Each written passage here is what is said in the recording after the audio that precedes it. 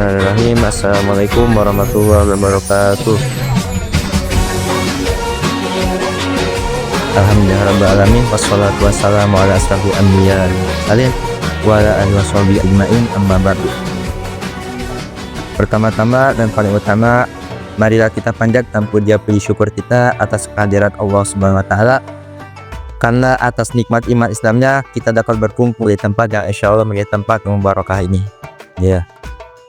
Salawat serta salam tak lupa kita curah limpahkan kepada nikmat alam dan Habibana Maulana Muhammad sallallahu alaihi wasallam. Tak lupa untuk keluarganya, sahabat-sahabatnya, tabiin-tabiatnya, serta kita selaku umatnya di akhir zaman. Santri-santri sekalian, negeri Eropa terkenal akan kemajuan teknologi dan kemajuan pengetahuan yang di luar batas. Perlu diketahui, ilmuwan-ilmuwan banyak yang berasal dari sana, seperti Albert Einstein, Nikola Tesla, ada Kapten Bear, dan lain sebagainya. Seperti negara-negara di Jerman, Amerika Serikat, Amerika Latin, Italia, Jepang, Korea, Yunani, Serbia, dan lain-lainnya. Sejatinya, ilmu pengetahuan yang berada di negara mereka jika disanadkan menurut sejarah, maka akan tersambung ke sejarah di mana umat Islam pernah membongkar seluruh ilmu pengetahuan tersebut. Mengapa? Karena dahulu kala umat Islam pernah menguasai daratan Eropa selama kurang lebih 800 tahun. Oleh karena itu, pada keutun kali ini kita akan membahas tentang sejarah masuknya Eropa, sejarah masuknya Islam ke Eropa, dan hikmah yang bisa kita ambil dari sejarah ini.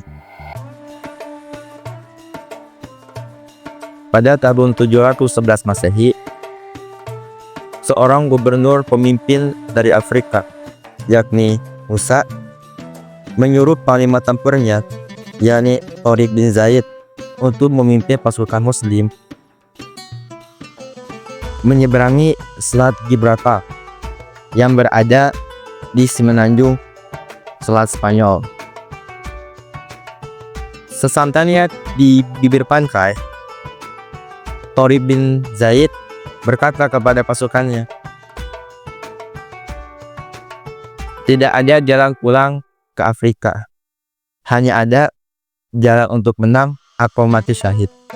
Hal itu lantas membuat para pasukannya bergejolak, bersemangat untuk menguasai daratan Spanyol.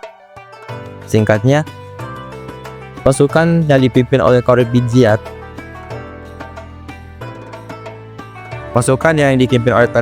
segera bergerak langsung maju ke daerah kerajaan yang saat itu dipimpin oleh Raja Roderick yang terkenal sangat kejam dan sangat dolim kepada rakyatnya. Setelah sampainya di kerajaan yang dipimpin oleh Raja Roderick, pasukan Muslim dicatat dalam sejarah membawa sekitar 7.000 pasukan. Sedangkan dari pasukan Raja Roderick membawa sekitar kurang lebih 25.000 sampai 30.000 pasukan. Terdiri dari beberapa panglima perang salib. Tapi lantas hal itu tidak membuat para pasukan Muslim getar. Malah mereka bersemangat akan kematian syahid yang menunggu mereka. Singkat dari pertolongan itu, akan kecerdikan dan kecerdasan dari panglima Tariq bin Zaid, mereka pun berhasil memenangkan pertarungan dengan sangat mudah. Hal itu pun membuat sejarah bagi umat Muslim dan dikenal sebagai Al-Andalusiyah, atau waktu zaman sekarang pun disebutnya negara Spanyol dan Portugal modern. Nah, setelah itu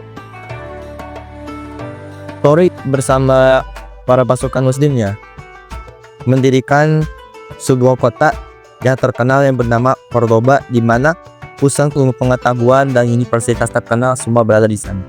Hal itu membuat semua ilmuwan yang ada di muka bumi tertarik untuk belajar di sana karena di sana itu ada pusat pengetahuan serta perpustakaan akar besar. Tetapi pada tahun 1492, pasukan Kristen yang dipimpin oleh Raja Ferdinand dan Ratu Isabella berhasil menarik kembali seluruh pasukan Muslim ke Afrika dan mengambil alih Spanyol dari Muslim. Lantas hal itu membuat kekuasaan Muslim di Eropa berakhir. Nah, teman-teman sekali ya, pasukan Muslim tidak hanya menguasai daerah Spanyol saja, tetapi menguasai daerah Eropa Balkan yang dimana terdiri atas Bosnia, Yunani, serta Serbia, dan masih ada lainnya. Sekitar abad 14 dan 15, pada tahun 1453 Masehi, Kesultanan Utsmaniyah yang dipimpin oleh Sultan Mehmed II atau yang sering kita kenal sebagai Sultan Muhammad Al-Fatih berhasil menaklukkan Konstantinopel, sehingga Konstantinopel pun dijadikan sebagai pusat Kesultanan Utsmaniyah yang dikenal sebagai Istanbul, tetapi sekarang diganti menjadi kata Istanbul yang kita kenal sebagai ibu kota negara Turki. Nah, hikmah dari sejarahnya tadi ada banyak, tapi yang bakal disampaikan ada satu saja. Hikmahnya adalah bahwa dakwah itu harus dilakukan secara penuh hikmah. Dakwah itu harus disampaikan dengan penuh hikmah. Termaktub dalam Al-Quran surah An-Nahl ayat 125. A'udzubillahi minasyaitonirrajim. Bismillahirrahmanirrahim. Ud'u ila sabili rabbika bil hikmati wal mau'izatil hasanati wajadilhum billati hiya ahsan, yang artinya serulah manusia kepada jalan yang penuh dengan hikmah dan pelajaran yang lebih baik. Jika mereka menentang, maka balaslah mereka dengan perbuatan yang baik. Nah, maksud dari ayat yang tadi itu apa? Jika kita sambungkan kepada sejarah yang tadi, bahwasanya umat Muslim itu jika menyampaikan sesuatu atau menyampaikan dakwah itu tidak hanya harus dengan berperang, tetapi bisa juga dengan jalur perdagangan, ilmu pengetahuan, bahkan dengan akhlak yang baik, seperti di Jepang. Di Jepang membudayakan akan sopan santun. Nah, hal itu terinspirasi dari kepemimpinan yang dipimpin oleh Khalid bin Ziyad pada saat perang memperebutkan daerah Andalusia. Karena saat Andalusia diambil oleh umat Muslim, semua orang yang berada di daerah Spanyol dan Portugal modern itu tuh merasa nyaman dan senang akan hadirnya para pasukan Muslim, karena raja yang memimpin kerajaan Magitik oleh Raja Ragiri itu turunan raja yang zalim dan raja yang sangat kejam terhadap rakyatnya. Seringkali Raja Ragiri itu mengirimkan pasukan salibnya untuk menyerang para pasukan yang berada di daerah Turki. Lalu kadang mereka membunuh rakyat-rakyat sendiri. Terkadang banyak hal-hal yang berkaitan dengan aliran sihir. Oleh karena itu, hikmah yang diambil dari ayat tadi adalah bahwasanya jika ingin menyampaikan sesuatu harus dengan lembut dan lemah hati.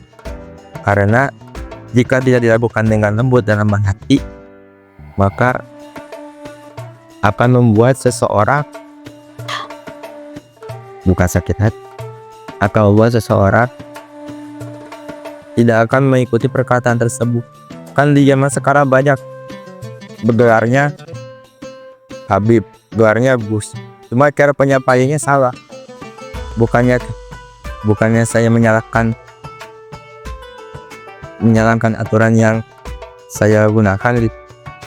Kan udah banyak tuh di media sosial kayak bus yang ceramah, cuman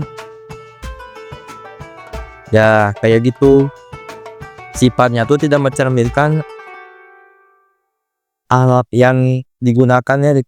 Kayak bus tapi menyampaikannya itu dengan keras, habib betul Rasulullah, tapi kok penyampaiannya keras, bahas banget, hujat, suka berkata kasar, kan tidak mencerminkan. Maka oleh karena itu saya hanya ingin menyampaikan lebih baik dalam berkata-kata dan seyogianya. Jika ingin menasihati seseorang, harus dengan penuh lemah lembut dan penuh kesabaran. Mungkin sekian yang dapat saya sampaikan. Kurang lebihnya mohon maaf. Wabillahi taufiq wal hidayah. Wassalamualaikum warahmatullahi wabarakatuh.